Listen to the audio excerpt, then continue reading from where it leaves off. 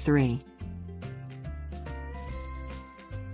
The product labels recommend applying 3 pounds of the 24-hour Grub Killer Plus per 1,000 square feet of lawn for grub control and 2.4 pounds of the Season-Long Grub Control per 1,000 square feet. In the appropriate section of the spreader settings table on the appropriate label, find your spreader model in the left column.